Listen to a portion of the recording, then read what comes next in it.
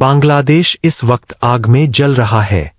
सड़कों पर हिंसा है, भीड़ का उन्माद है और सत्ता के गलियारों में साजिशों की गूंज सुनाई दे रही है। छात्र नेता उस्मान हदी की हत्या के बाद अब इस पूरे मामले में ऐसा मोड़ आया है जिसने अब तक लगाए गए तमाम आरोपों को पलट कर रख दिया है।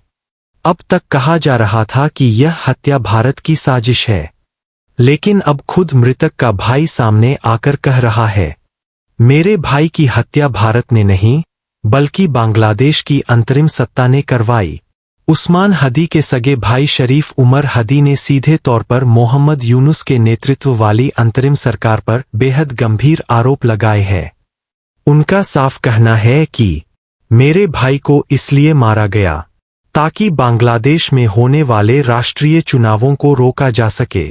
इस बयान के बाद एक बड़ा सवाल खड़ा होता है, अगर यह हत्या भारत ने करवाई होती तो फिर बांग्लादेश के प्रमुख अखबारों और सांस्कृतिक संस्थानों को क्यों जलाया गया? भीड़ ने न्यूज़पेपर दफ्तरों को तोड़ा, कल्चरल ऑर्गेनाइजेशंस में आग लगाई और पूरे देश में अराजकता फैला दी। भारत का बांग्लादेश के अखबारों से क्या लेना देना? भारत का बांग्लादेश की सांस्कृतिक संस्थाओं से क्या लेना देना? साफ है, यह हिंसा किसी बाहरी दुश्मन के खिलाफ नहीं बल्कि अंदरूनी सवाल पूछने वालों के खिलाफ थी। असल में ये वही संस्थान थे जो लगातार सरकार से पूछ रहे थे, चुनाव कब होंगे? देश में इतनी हिंसा क्यों है? सरकार हालात काबू में क्यों नहीं कर पा रही? और जब सवाल ज्यादा होने लगे तो जवाब देने के बजाय सवाल पूछने वालों को ही खत्म करने की कोशिश शुरू हो गई। अब जरा बांग्लादेश की जड़ों को समझिए। बांग्लादेश की नींव बंगाली पहचान पर रखी गई थी। यह देश किसी धार्मिक पहचान के लिए नहीं बना था।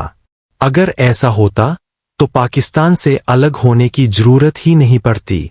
लेकिन आज बांग्लादेश में एक नई सोच थोपी जा रही है कि बंगाली पहचान मायने नहीं रखती। देश की सिर्फ एक पहचान होनी चाहिए, धार्मिक पहचान।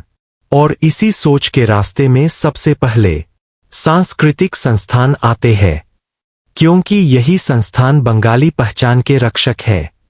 इसी बीच बांग्लादेश से एक और दिल दहला देने वाली खबर सामने आई।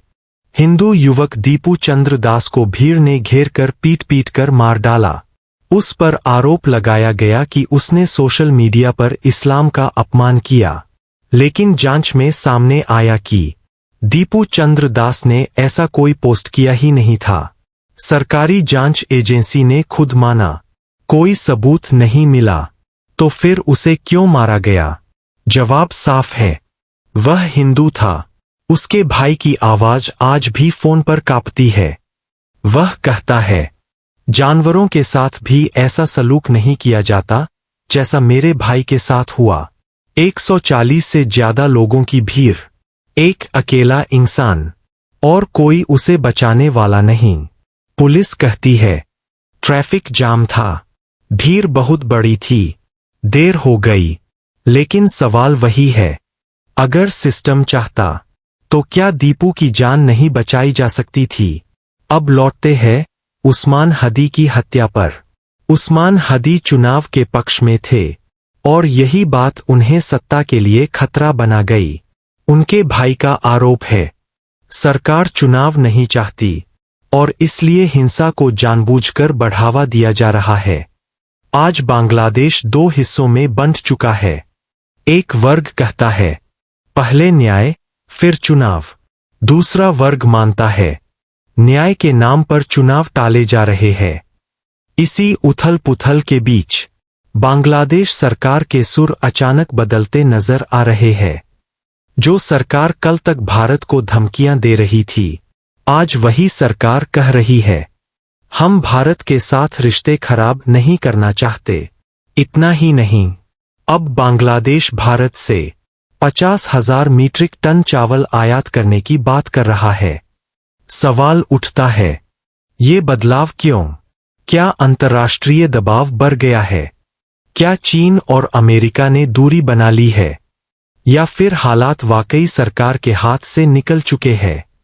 भारत आज मजबूत स्थिति में है, लेकिन सवाल यह है, क्या भारत सिर्फ बयान देगा या अपने हितों की रक्षा के लिए सख्त कदम उठाएगा? बांग्लादेश में जो कुछ हो रहा है वह सिर्फ एक देश की कहानी नहीं है। यह लोकतंत्र, अल्पसंख्यकों की सुरक्षा और पूरे दक्षिण एशिया की स्थिरता का सवाल है। उस्मान हदी की हत्या, दीपू चंद्र दास की लिंचिंग, सांस्कृतिक संस्थानों पर हमले, ये सब अलग अलग घटनाएं नहीं है। ये एक ही कहानी के अलग अलग अध्याय है और यह कहानी अभी खत्म नहीं हुई है।